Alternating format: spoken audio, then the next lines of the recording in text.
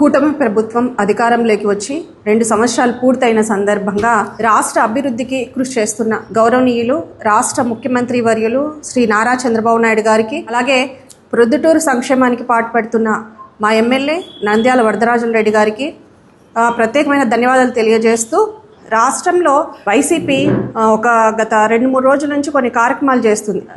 2 ఏళ్ల పాలనకు వెన్నుపోటు అని దాని మీద ఈరోజు ప్రస్తావించడానికి మీ అందరినీ కలవడం జరిగింది. నిజంగా వైసీపీ అధికారంలో ఉన్నప్పుడు ఎన్నో అరాచకాలు, అక్రమాలతో ప్రజలు విసిగి వేసారి ఈ కూటమి ప్రభుత్వానికి అధికారం ఇవ్వడం జరిగింది. మీ ప్రభుత్వం అధికారంలో ఉన్నప్పుడు భూ కబ్జాలు, దోపిడీలు, అలాగే ఎంతోమంది ప్రజలను భయభ్రాంతులకు గురిచేసి వాళ్ళ అభివృద్ధికి అడ్డుపడి ప్రజల భవిష్యత్తుని, రాష్ట్ర భవిష్యత్తును తాకట్టు పెట్టిన వైసీపీ నాయకులు ఈరోజు వెన్నుపోటు కార్యక్రమం చేయడం చాలా హాస్యాస్పదంగా ఉంది. గతంలో వైసీపీ ప్రభుత్వం అధికారంలోకి వచ్చిన తర్వాత ఒక్క ఉద్యోగం కూడా కల్పించిన పాపాన లేదు. కేవలం వాలంటరీ వ్యవస్థను మాత్రం తీసుకొచ్చారు.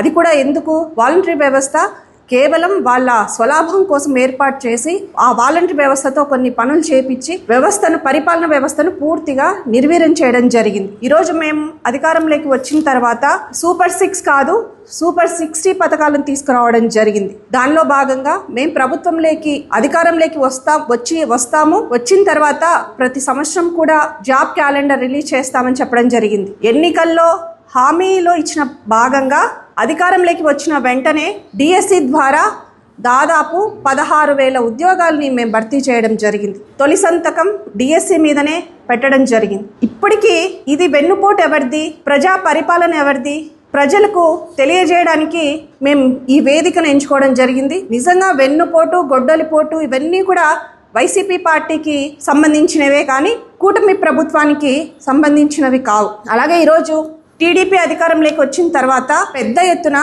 మహిళా సంక్షేమం కోసం కృషి చేస్తుంది. దానిలో భాగంగానే స్త్రీ శక్తి పథకం ద్వారా మహిళలందరికీ ఉచితంగా బస్సు సౌకర్యం కల్పించడం జరిగింది.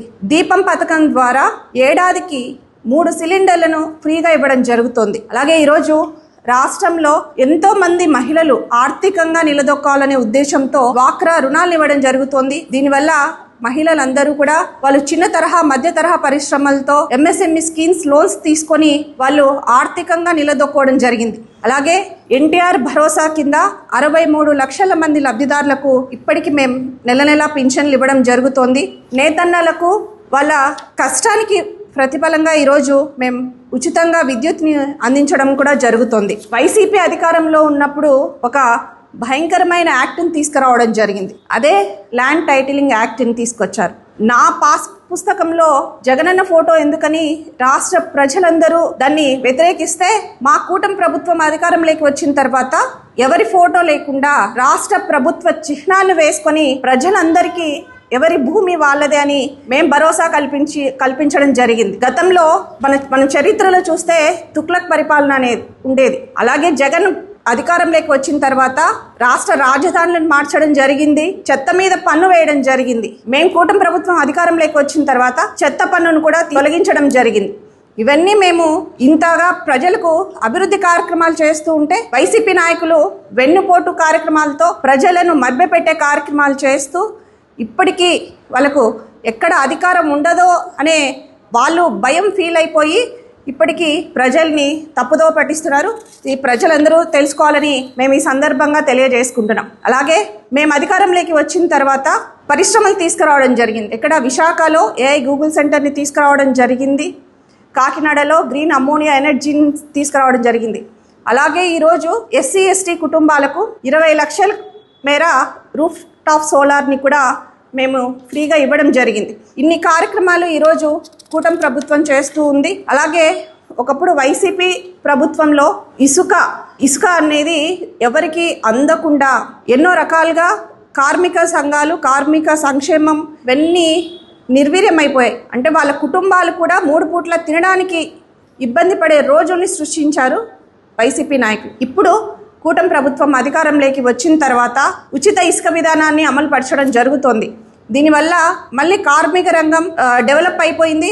ఎన్నో కుటుంబాలు ఈరోజు 3 పూట్ల సంతోషంగా ఉన్నారంటే అది ఒక కూటమి ప్రభుత్వం వల్లే అని మేము ఘంటాపథంగా చెప్తున్నాం. గతంలో వైసీపీ ప్రభుత్వం డ్యాములు సరిగా మెయింటైన్ చేయకపోగా అన్నమయ్య ప్రాజెక్టు అనేది ఏమైందో కూడా రాష్ట్ర ప్రజలందరూ చూశారు. ఇప్పటికీ కూడా అన్నమయ్య ప్రాజెక్టుకు కొలాప్స్ సందర్భంగా అక్కడ ఉన్న ప్రజలు ప్రాణ నష్టం పోయారు.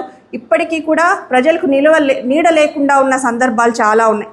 అలాంటి వాళ్ళకి ఇప్పటికీ కూడా ఏ విధంగానూ ఆదుకొని వైసీపీ పార్టీ ఈరోజు నిజంగా వెన్నుపోటు కార్యక్రమాలు చేయడం ఎంతవరకు సమంజసం అనేది మేమంతా ఈరోజు తెలియజేసుకుంటూ ఉన్నాం. నిజంగా ఈరోజు వెన్నుపోటు ఎవరిది, ప్రజా సంక్షేమం ఎవరిది అని ప్రజలందరూ తెలుసుకోవాల్సిన అవసరం ఉంది. మేము గతంలో ఎన్నో సంక్షేమ కార్యక్రమాలు అమలు పరిచాం. ఇప్పటికీ కూడా ప్రజా సంక్షేమ కార్యక్రమాలు నిర్విఘ్నంగా చేస్తామని కూటమి ప్రభుత్వం తరపున తెలియజేసుకుంటూ, ఇక్కడ ప్రొద్దుటూరులో కూడా సీఎం రిలీఫ్ ఫండ్ కింద ఎవరు ఆరోగ్య సంక్షేమానికి కృషి చేస్తూ సీఎం రిలీఫ్ ఫండ్ కింద ఇప్పటికీ దాదాపు 38 విడతలుగా సీఎం రిలీఫ్ ఫండ్ అందించడం జరిగింది. ఇవన్నీ కూడా మేము ప్రజా సంక్షేమానికి కృషి చేస్తున్నాం. ఇంత అవకాశాలు చేస్తూ ఇంత సంక్షేమం చేస్తూ ఉంటే ఆ పక్క వైసీపీ నాయకులు వెన్నుపోటు కార్యక్రమాలు నిర్వహిస్తూ ప్రజలను మభ్యపెడుతూ ఎక్కడ కూటమి ప్రభుత్వంకి మంచి పేరు వస్తుందో ఇలాంటి కార్యక్రమాలు చేస్తున్నారు.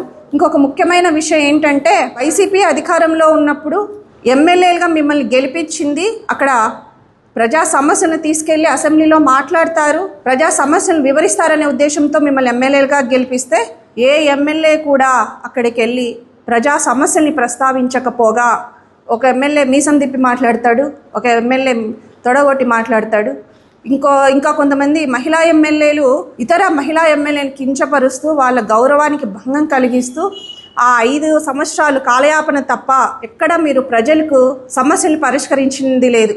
ఈరోజు నిజంగా అసెంబ్లీని చూస్తే చాలా సంతోషంగా ఉంటుంది. కేవలం ప్రజా సమస్యల మీద చర్చ జరిగి ప్రజల సమస్యలు పరిష్కరించడానికి కూటమి ప్రభుత్వం దోహదపడుతుంది. నిజంగా ఇలాంటి ప్రభుత్వం రాబోయే భవిష్యత్తులో కూడా ఇంకా ఎన్నో మార్పులు చేర్పులు చేసుకుంటూ ప్రభుత్వాన్ని ప్రజా సంక్షేమం కోసం కృషి చేస్తుందని తెలియజేసుకుంటున్నాం. ధన్యవాదాలు.